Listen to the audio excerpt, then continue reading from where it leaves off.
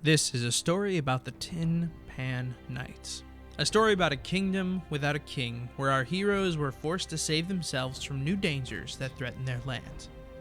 A story where monsters could be friendly and friends could be monstrous.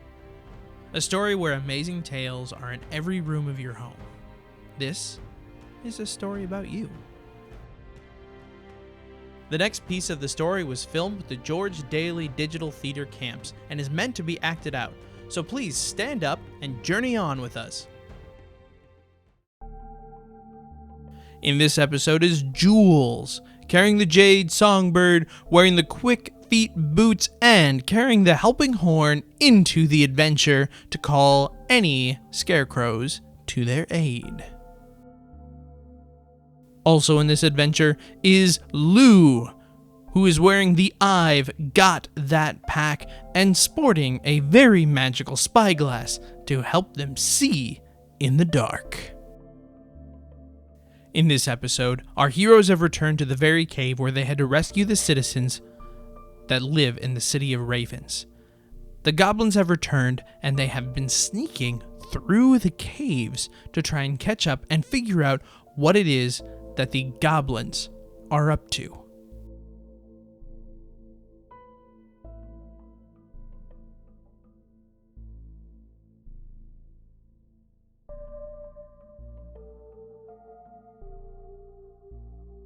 As they're moving through the caves, they eventually see the goblins holding up their wands to other doorways and playing a set of tones. When the tones are played, they're able to open the doors and move deeper into the cave system. Sneakily, our heroes keep following the goblins deeper and deeper into the darkness. They arrived at a platform. No goblins in sight, but a vast, empty cavern in front of them. They peered over the ledge, not being able to see anything at all. Just darkness filled the cavern. Having a bright idea, our heroes pulled out the magic beans that was gifted from the Queen of Ravens, and they turned into special animals to help get them across the cavern. A chicken, a poison frog, and a flying pig. As their animals, they were able to get out across the cavern using various special abilities, some picking up grain along the way, some flying through the darkness, and others jumping across the vast emptiness. They eventually got to the other side of the cavern and landed on the other ledge. They could see that there was a giant door in front of them. The mystery was what was on the other side. Our heroes tried to get through the door, finding a hard time getting to the doorknob or getting around or underneath any of the cracks, almost like it was magically sealed. They had to think very hard on how they were going to get through.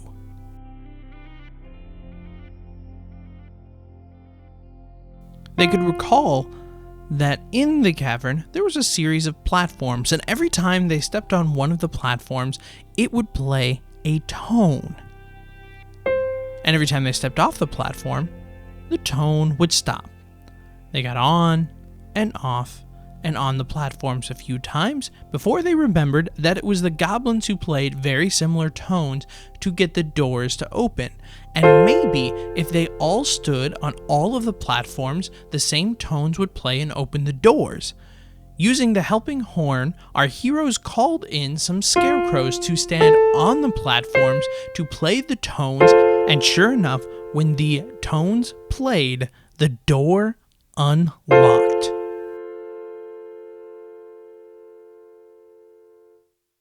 With the door unlocked, they turned into human knights and went inside.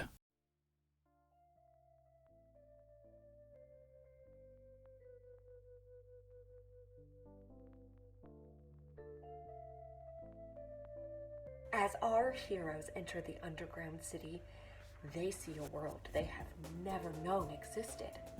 The city is vast and has structures rising from the bottom of the cave and lowering from the ceiling like stalactites. Walking the streets are goblins and big feet and all other types of various fairy-like creatures. Fairies of all shapes and sizes populate the airspace, flying about the city. What's your business here in the Underland? You're in the custody of the Green Man. Come with us. We were just chasing some goblins. They were taking people from the Raven's Woods. We rescued them and followed the goblins here. Why are you taking people? You are not the one asking the questions here. I have observed Hopkins going to the Overland frequently. I didn't know they were sending out search teams. This is serious!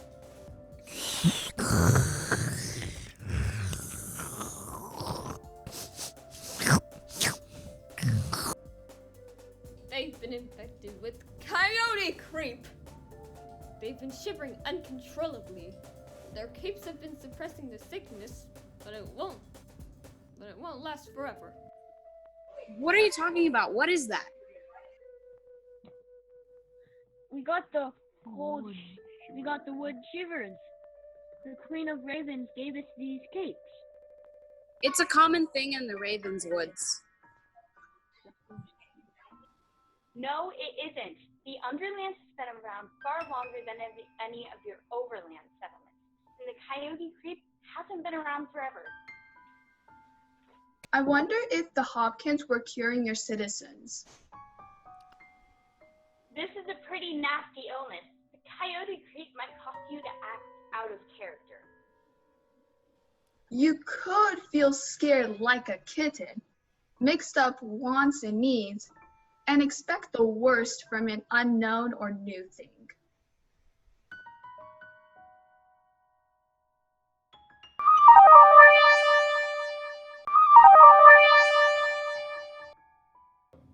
Now that you're cured, why are you here?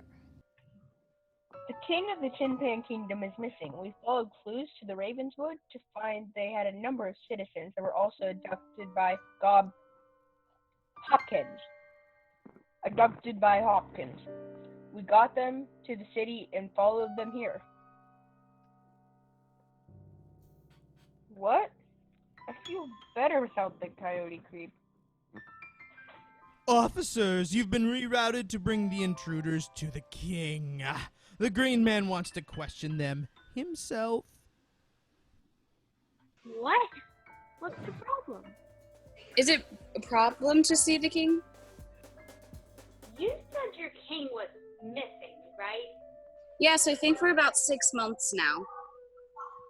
Our king has also been missing for about 6 months. Wait, if your king is missing, then who are we going to see? That is precisely our concern.